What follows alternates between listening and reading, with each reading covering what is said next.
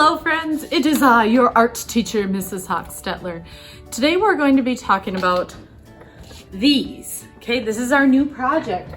These are radial relief mandala sculptures. I know that's an insane amount of words, but basically a relief sculpture means it's a sculpture that pops up, but the back is flat. Okay, I always think of a relief sculpture like, oh, what a relief, I don't have to do the other side. It's already done. So radial means circular, so the design repeats itself going round and round and round, okay? And the mandala, we are going to actually watch a video on that. First, we're gonna watch a video on the history of mandalas, and then we're going to see a modern artist who makes them in New York City. So I'm super excited for you to see all of this. I hope you're excited to start a new project. We're gonna have fun. Let's go! Mandalas are symbols recognized and used around the world. In the Sanskrit language, which is an ancient classical language, mandala or mandala means circle. Some believe the circle represents divinity, unity, and wholeness. Some others even believe that mandalas are more than just art. They can have healing powers and can help focus one's intentions. Mandalas can represent feelings such as kindness, wisdom, a sense of mystery, and transformation. Colors, symbols, and even the number of points found in a mandala can all have special meaning to the mandala's creator. You can research color theory, symbolism, and numerology when you prepare to make your own mandala. Mandalas can be found in cultures and religions and their architecture, in places such as the Catholic Cathedral of Notre Dame in Paris, France. It has a rose window, which is an example of a mandala in Gothic architecture. Tibetan monks of Buddhism make mandalas using colored sand in intricate patterns, only to be swept away once it's completed. Mandalas can also be found in cultures and religions such as Christianity, Hinduism, Taoism, and Celtic cultures. Mandalas are perhaps even found, unintentionally, in objects such as hubcaps, manhole covers, and even dishes and plateware. They are even found in nature, like in the sun, moon, flowers, and your eyes. Mandalas are becoming mainstream and can be found in increasingly popular adult coloring books. They are soothing because of the repeating patterns.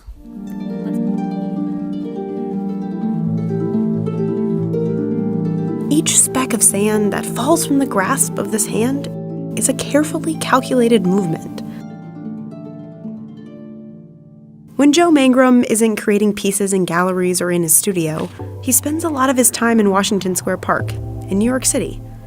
There he competes with Mother Nature and spends a painstaking 6 to 8 hours on his knees, squeezing and letting go of just the right amount of sand, at just the right speed, to create vibrant pieces of art he calls sand paintings. Sand painting is exactly what it sounds like. It's the art of pouring colored sand onto a surface to create a design. Early versions of this can be traced to Native Americans in the Pueblo and Navajo tribes. Joe's designs pull from different significant shapes and symbols from around the world. His work might remind people of something familiar, mandalas, which are spiritual or ritualistic geometric patterns that are symbolic in many religions. So how exactly does this painstaking artwork come together? And why do it in a park? The most important factor for Joe in deciding if he'll make the trek to Washington Square Park isn't the temperature, but the wind. If the wind gets up to 15 miles per hour or so, it's dust. When the wind isn't ideal for creating his pieces, he'll work in his studio. These are more intricate, precise, and permanent, so that people can enjoy them, even if they're not in the park. But if the wind conditions are good, Joe will carry about 25 pounds of colored sand to the park to create his work. In a good week, he could use up to 1/4 ton of sand. My hand technique is really just taking the sand, gripping a handful, and letting it just flow through this little part of my hand. I adjust my pinky, so I just let it flow. That part seems pretty simple. But mixing it with more specific and intricate detail work like shading and smaller shapes means Joe must have complete control of his hand muscles. I can do quick lines and stop it just by squeezing my hand together, and then kind of redefine them by going over, back and forth. Knowing how much sand to release and how quickly or slowly to do it is crucial for Joe to execute his vision. And it's a process that has taken over 10 years of practice. So if you get really close to the ground, you can make thin lines, and then you maybe widen the flow with your pinky, and you go upward and it flows. So it's essentially like a graffiti spray can, only it's gravity fed. So the further you get back, the wider the spray. So creating designs as intricate as these should require hours of planning, right? Well, in reality, none of it is planned at all. All of the shapes and colors are chosen and created freehand in the park. Then when he's done, he'll spend 5 to 6 more hours talking to people who stop by to take a look. The favorite part about what I do is really just engaging people. It's just fun. It's like you're playing with the world around you. It's really a way to bring smiles to people's faces and have fun doing it and still, make a living.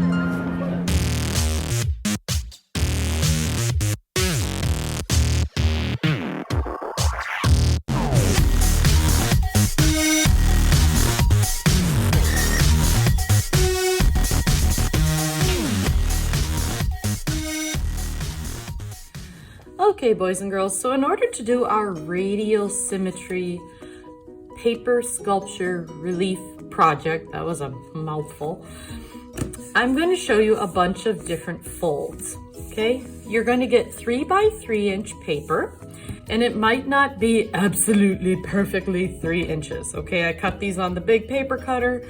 Sometimes it might be a tad bit off. No one's going to notice, okay? I know some of you are thinking, no, I'm going to notice, Mrs. Hochstetler. Oh my gosh. It's fine, okay? No one's going to notice. All right, so first I'm going to show you the hat fold, okay? The hat fold. What you're going to do first is fold your little paper in half. Now, big thing with making this is you're going to need to have sharp, crisp creases, okay? You can't just go like this and call it good, okay? That is not enough. So there's a couple different ways you can do this. You can push it down with your fingers. I like to push it down with my fingernail. You don't need to have tons of nails to do this. That's a pretty sharp crease. Or you can use your pencil. So I can hold it, push down and away, push down and away. Either way, you want nice, crisp creases. Now, I've got it facing me like a little ducky mouth. Quack, quack. And you're going to fold down 2 triangles to the middle. So I'm going to fold down 1 triangle until it reaches the bottom, okay? Squish and then really emphasize that crease, okay? And now the other one. Squish and crease, okay? See how there's a teeny little difference? It's not a big deal, all right? And that's a hat fold. All right, let's do another one. Let's do the kite fold. So for the kite fold, first you need to fold the paper diagonally. So you're gonna match those 2 corners up. Please take your time with this. I always see somebody who's like, yeah, the corners are matched up like that. No, they're not. Carefully match them. Then take one hand and hold it, the other hand crease it. I'm holding it with my right hand because I am a lefty. Whatever you choose to do is totally up to you. There's a nice sharp crease. All right, then you open it up. And now you're going to fold each side in to the middle. So I'm going to fold this side in until it's right along that middle line I just made. Careful and crease. Fold the second one in. Careful and crease. That's a kite fold, obviously because it looks like a kite. Alrighty, our next one is a cushion fold. Okay, cushion fold. So first, you need to fold this in half, open, and in half the other way. It's like you're making a plus sign.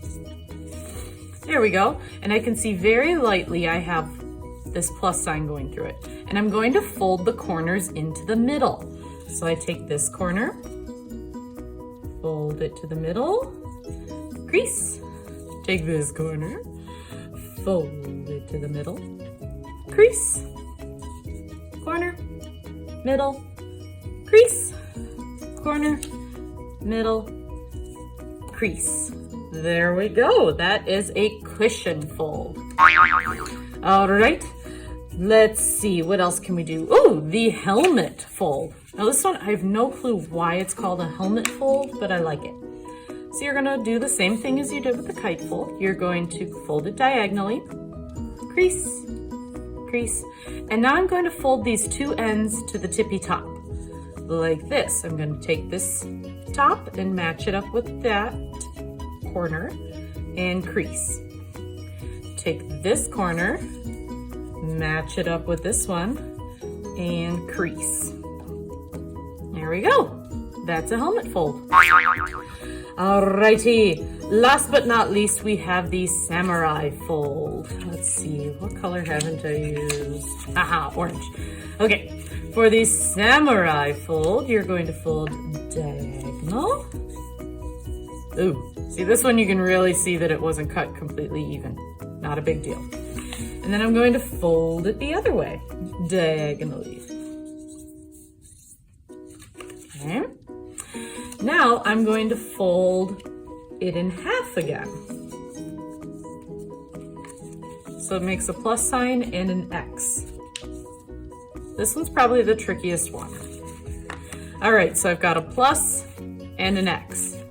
All right, now here comes the tricky part. Do you see how it's up like that? You're going to fold in these corners, okay? You see how since I crisply folded these, they go in like that. And now I should be able to gently squish this down and they match. Now, if this is truly bugging you, because I know some of you, I know how much things bug you, you can literally trim this right now and it's completely even. Okay, now I'm going to fold this in like this. See how I'm matching this edge with the middle. Fold it in, crease, fold this side in, crease, and that's the samurai fold. Okay? Alrighty, and you are welcome to make up your own folds as well, but those are a few basic ones I wanted you to see. Okie dokie. So now I'm going to start deciding what colors I want to use for my project. And I'm going to start folding and I'm going to make multiples of the same one, because in order to create a radial design where it's the same, I need to have a bunch that I can put around it. So let's say I do the helmet fold in purple. I decide I'm going to use cool colors because I like cool colors. Fold it to the middle, fold it to the middle. Here we go. And I just happen to have made a whole bunch of those, okay, ahead of time, so you're not watching me do that all day. I'm also going to be repeating a couple other shapes, okay? So I will speed that along so you can see where this is going.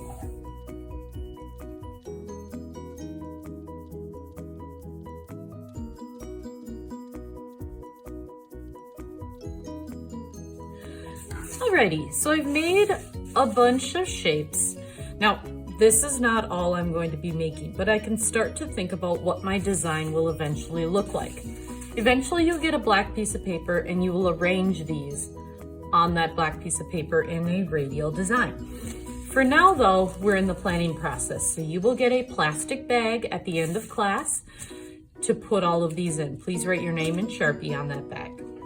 If you're at home, you're going to get your paper in a bag anyway. Tuck them in there so they are safe and sound. But to start planning, I made a lot of kite folds. I love how they look together. Oh, so I know I need to make probably 2 more kite folds to finish this. Or I could space them out more, like that. Kind of depends what you like best. Now, one fun thing with radial design is you can layer these inside each other, and it really enhances how the project will turn out. So I'm going to tuck these in just so they're peeking out a little bit. You don't need to do overcomplicated designs to make this a successful project. Okay, the simplest ones, like the kite fold, is really easy, but look how great it looks all together. Now maybe I could plan that when I'm gluing these, I'm going to glue this inside of there, like that. That's kind of fun. Or I could experiment with what if they're like that? Or, I mean, it's, like I said, it's totally up to you where this is gonna go. But what I don't wanna see is somebody slapping together 5 pieces of paper, calling it good. That's not enough, okay? So this is a good start. I don't think this is all I'm going to do. This isn't enough, but I kind of have an idea of where my project is going. So I'm gonna keep making more shapes, and then I will slow it down again, and I'll show you how to assemble it next time. Okie dokie, have fun.